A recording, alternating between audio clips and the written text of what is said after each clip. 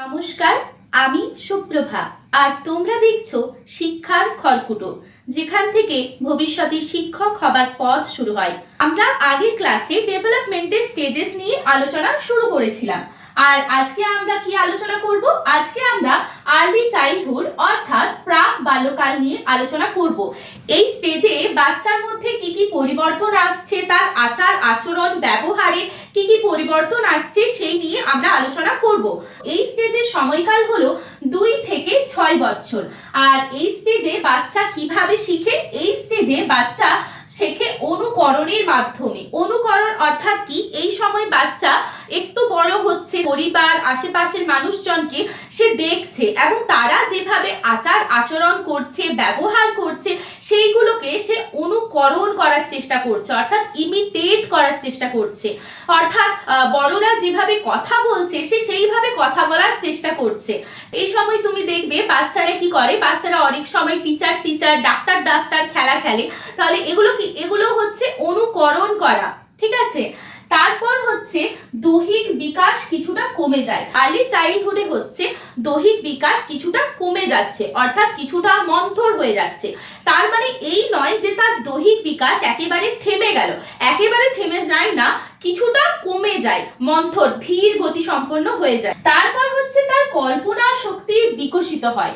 হ্যাঁ, এই সময় বাচ্চা অনেকটা কল্পনার জগতে ভাসতে শুরু করে, তার মধ্যে ইমাজিনেশনের যে ব্যাপারটা সেটা এসে যায়। এই সময় বাচ্চা কার্টুন দেখছে বা কোনো মুভি দেখছে, তখন সে কি করছে, সেগুলোকে নিজের সাথে কল্পনা করে নিচ্ছে। অর্থাৎ এই সময় সে নিজেকে স্পাইডারম্যান, শক্তিমান, সুপারম্যান এইগুলো ভাবতে শুরু করে। কিন্তু এই সময় কি হয়, বাচ্চা যে কল্পনা করছে এটা কিন্তু নিজের মধ্যে সে রাখতে পারছে না। সে কল্পনা করলেও সেই ভাবনাগুলো তার বাইরে প্রকাশ হয়ে যাচ্ছে। মানে সে ভাবছে যে তার আশেপাশে কেউ নেই, সে নিজের সাথেই কথা বলছে, কিন্তু বাস্তবে সে যা কল্পনা করে সেগুলো সে ভাষায় প্রকাশ করে দেয়, যার ফলে বাইরের মানুষজন সেগুলো শুনতে পায়। এই সময় তার নিজের মনের মধ্যে কথা বলার যে দক্ষতা সেটা আসে না, সেটা তার বিকশিত হতে কিছুটা সময় লাগে। কোনো কাজ যখন সে করে তখন সে নিজের সাথে কথা বলে বলে সেলফ রেগুলেট করে, নিজেকে সেলফ গাইড করে কোনো জিনিস সম্পন্ন করছে, কোনো কাজ সম্পন্ন করছে, এবং সেইভাবেই সে শিখে। নিজেকে গাইড করতে করতে, নিজের সাথে কথা বলতে বলতে সে শেখে। এই স্টেজটাকে কি বলা হয় দেখো? Toy age and play age. অর্থাৎ এই সময় কি হচ্ছে, 2 থেকে 6 বছর বাচ্চা বেশিরভাগ তো এই সময় খেলার মধ্যে থাকে, কার্টুন, খেলা এইগুলোর মধ্যে সে থাকে। এই সময় অনেক বাচ্চা কি হয়, শহরাঞ্চলের বাচ্চা কি হয়, প্লে স্কুলে যায়। তো সেই সময় বাচ্চারা খেলার মধ্যে নানান অ্যাক্টিভিটিসের মাধ্যমে সে শেখে, তার যে ফাইন মোটর স্কিল সেগুলো একটু একটু করে ডেভেলপ হয়। তাহলে এই সময় তার অ্যাক্টিভিটিগুলো কি হচ্ছে, খেলার মধ্য দিয়েই সম্পন্ন হয়ে থাকে। তাই জন্য এই স্টেজটাকে বলা হচ্ছে toy age and play age, ঠিক আছে? আবার এই স্টেজটাকে বলা হচ্ছে pre school age, pre gang age. অর্থাৎ কি, এই সময় তাদের যে প্রথাগত বিদ্যা বা প্রথাগত স্কুলিং সেটা কিন্তু শুরু হচ্ছে না। একদম খাতায় কলমে সে স্কুল যাচ্ছে, পরীক্ষা দিচ্ছে, রিটেন টেস্ট দিচ্ছে, এরকমটা কিন্তু নয়। এই সময় সে কি করছে, প্লে স্কুল যাচ্ছে অথবা শিশু শ্রেণী যাচ্ছে, কিন্ডারগার্টেন, এই সবগুলোতে সে কি করছে, এইগুলোতে সে অভ্যস্ত হচ্ছে, পড়াশোনার জগৎটার সাথে সে পরিচয় লাভ করছে।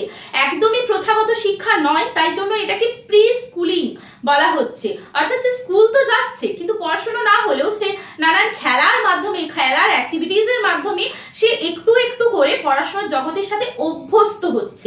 আর গ্যাং এজ কেন বলা হচ্ছে, এই সময় বাচ্চারা কি করে, যেখানেই যায় সেখানে তাদের সমবয়সীদের সাথে তারা একত্রিত হয়ে দল গঠন করে খেলা করছে, প্লে স্কুলে যাচ্ছে বা কোনো পার্কে যাচ্ছে বা কোনো গার্ডেনে যাচ্ছে, যেখানেই তারা সমবয়সীদের সাথে দেখা হচ্ছে তারা খেলতে শুরু করে দিচ্ছে। তাই জন্য তাদের একটা গ্যাং তৈরি করার যে প্রবণতা সেটা কিন্তু শুরু হয়ে যাচ্ছে। কিন্তু এটা কিন্তু দীর্ঘস্থায়ী নয়। অর্থাৎ সে পার্কে গেল, সেখানে সমবয়সীদের সাথে তাদের দেখা হলো, একসাথে গ্যাং হয়ে তারা খেলাধুলা করলো, কিন্তু বাড়ি এসে তারা সেই বন্ধুদেরকে ভুলে গেল। তারপর হচ্ছে প্রশ্ন করে।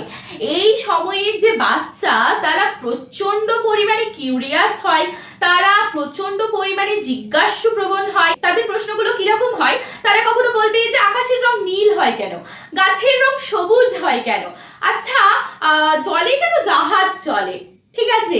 তাহলে এইগুলো হচ্ছে তাদের প্রশ্ন। সূর্য কেন ওঠে, চাঁদ কেন রাত্রে এটা বলে যে এই যে বাচ্চারা প্রশ্ন করছে, এটা মানেই হচ্ছে যে বাচ্চা শিখছে। বাচ্চারা হলো লিটল সায়েন্টিস্ট, তারা হচ্ছে কিউরিয়াস, ঠিক আছে? তাদেরকে তো মানে তারা চঞ্চল হবে, তারা জিজ্ঞেস করবে, তারা যত জিজ্ঞেস করবে, তারা যত কিউরিয়াস হবে, তারা তত বেশি শিখবে, তাদের গ্রোথ অ্যান্ড ডেভেলপমেন্টটা তত বেশি হচ্ছে, ঠিক আছে? তাহলে আমাদেরকে কি করতে হবে? তাদের এই যে প্রশ্ন করা, সেগুলো কখনোই আমাদের দমন করা উচিত নয়।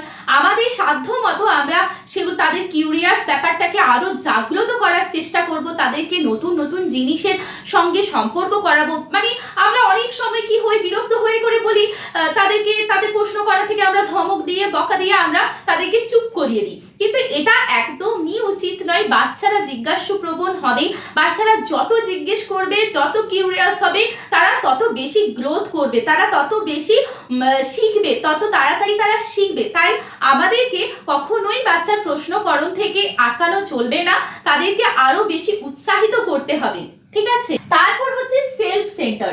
এই সময় বাচ্চারা কি হয়, অনেক বেশি আত্মকেন্দ্রিক হয়, অর্থাৎ বাচ্চারা এই সময় তার কোনো জিনিসকে শেয়ার করতে চায় না। তার কোনো খেলনা হলো, তার কোনো খাবার হলো, সে খুব একটা শেয়ার করতে চায় না। তুমি দেখবে কখনো কখনো কি হয়, কোনো বাচ্চা অন্য একটি বাচ্চার খাতা ছিঁড়ে দিয়েছে, তখন সেই বাচ্চাটা আবার কি করবে, ঘুরে তার বক্স ভেঙে দিল। তার মনে হয় যে আমার জিনিস আমারই থাক, সে কাউকে শেয়ার করবে না, কাউকে ভাগ করবে না, ঠিক আছে? সে এই সময় বাচ্চা অনেকটা আত্মকেন্দ্রিক হয়। এই স্টেজটাকে আবার বলা হয় ক্রিটিক্যাল পিরিয়ড। এই সময়টাকে কেন ক্রিটিক্যাল পিরিয়ড বলা হয় বলো তো? কারণ এই সময় কি হচ্ছে, বাচ্চার স্মৃতি শক্তি, মেমরি পাওয়ার অনেকটা তৈরি হতে শুরু করে দিয়েছে। এই জন্য সাইকোলজিতে বলা আছে যে বাচ্চা যদি তার কম বয়সে, অর্থাৎ এই স্টেজে যদি সে কোনো অপরাধমূলক ঘটনা দেখে, কোনো খারাপ পরিস্থিতির সে সম্মুখীন হয়, তার উপর যদি মানসিকভাবে টর্চার করা হয়, কোনো ট্রমাটাইজড ব্যাপার হয় তার সাথে, তো সেইগুলোর প্রভাব কিন্তু লাইফ লং তার থেকে যায়, ঠিক আছে? এই সময় যেসব বাচ্চারা ধরো পারিবারিক কোনো সমস্যা দেখছে, অশান্তি, ঝগড়া বা কোনো খারাপ কিছু দেখছে, তো সেই সময় সে কিন্তু অনেকটা ট্রমাটাইজড হয়ে যায়। সে এই যে প্রভাবটা, তার মধ্যে একাকিত্ব বোধটা এসে গেল, তার মধ্যে একটা ভয়ের উৎপন্ন হয়ে গেল, তো সেই প্রভাবটা কিন্তু অনেক দিন পর্যন্ত তার মধ্যে থেকে যায়। সে ঠিক করে সোশ্যালাইজড হতে পারে না, সে ঠিক করে তার গ্রোথ অ্যান্ড ডেভেলপমেন্টটা হতে পারে না। এই সময় বাচ্চাকে অনেক বেশি ভালোবাসা দিয়ে, তাকে সময় দিয়ে, কেয়ার দিয়ে তার যত্ন নিতে হয়, তাকে বিকশিত হবার সুযোগ দিতে হয়, তাকে আনন্দে রাখার চেষ্টা করা উচিত। কোনো ঝগড়া, বিবাদ, পারিবারিক সমস্যা যদি থেকে থাকে, সেগুলো কিন্তু যেন বাচ্চার সম্মুখীন না হয়, সেই দিকেও আমাদেরকে খেয়াল রাখতে হয়। এরপর হচ্ছে ফাস্টেস্ট ল্যাঙ্গুয়েজ ডেভেলপমেন্ট। তো এই সময় ভাষার বিকাশটা অতিরিক্ত দ্রুত হয়। কিরকম?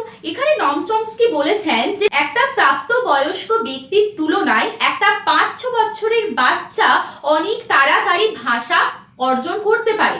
ধরো তুমি কোনো অন্য স্টেটে গেছো বা অন্য কোনো দেশে গেছো, সেখানে যে আঞ্চলিক ভাষা সেটা তোমার অ্যাকোয়ার করতে অনেকটা টাইম লাগছে, কিন্তু তোমার বাচ্চা সে যদি 5-6 বছরের মধ্যে হয়, তো তুমি দেখবে তারা কিন্তু খুব দ্রুততার সঙ্গে সেই আঞ্চলিক ভাষা বা সেই নতুন ভাষাটাকে অর্জন করে নিচ্ছে, এবং সে খুব ভালো করে সেটা শিখতে পারছে, ব্যবহার করতে পারছে। বলেন যে বাচ্চার মধ্যে এমন কোনো ডিভাইস আছে, ল্যাঙ্গুয়েজ অ্যাকুইজিশন ডিভাইস আছে, যার মাধ্যমে বাচ্চা যে কোনো ভাষাকে দ্রুততার সহিত কম সময়ে সে অর্জন করতে পারছে। বাস্তবে এরকম কোনো ডিভাইস নেই, কিন্তু কি বাচ্চার মধ্যে সেই দক্ষতাটা রয়েছে যে সে নতুন কোনো ভাষা বা সে যা শুনবে সেটা খুব তাড়াতাড়ি সে অর্জন করে নিতে পারবে। দেখো 3 বছর বয়সে বাচ্চার শব্দ ভান্ডারে কতগুলো শব্দ যুক্ত হলো? 900 এর বেশি, ঠিক আছে? 4 বছরে কত হলো? 1600 এর বেশি। অর্থাৎ বুঝতে পারছো কতটা দ্রুততার সাথে তার শব্দ ভান্ডারে নতুন শব্দ যুক্ত হচ্ছে এবং সে ব্যবহারও করতে পারছে। সেই জন্য বলা হচ্ছে যে এই যে প্রাক বাল্যকাল অর্থাৎ আর্লি চাইল্ডহুড, এই স্টেজে বাচ্চার ভাষার বিকাশ অতিরিক্ত দ্রুততার সাথে হয়, ঠিক আছে? তাহলে আজকে এই পর্যন্ত। আজকে আমরা আর্লি চাইল্ডহুড নিয়ে আলোচনা করলাম। এই স্টেজগুলো CTET, WB TET, upper primary প্রত্যেকটা পরীক্ষার জন্য খুবই গুরুত্বপূর্ণ। যদি তোমাদের ক্লাসটি ভালো লেগে থাকে তাহলে অবশ্যই লাইক, কমেন্ট, শেয়ার করে দিও এবং চ্যানেলটি সাবস্ক্রাইব করে পাশে থেকো। ক্লাসটির notes, PDF, exam related important updates পেতে হলে আমার টেলিগ্রাম এবং হোয়াটসঅ্যাপ চ্যানেলে যুক্ত হয়ে যেও। আমি লিংক ডেসক্রিপশনে দিয়ে দেবো। আচ্ছা, তাহলে এই পর্যন্ত। সবাই ভালো থেকো, সুস্থ থেকো, পড়াশোনা চালিয়ে যাও।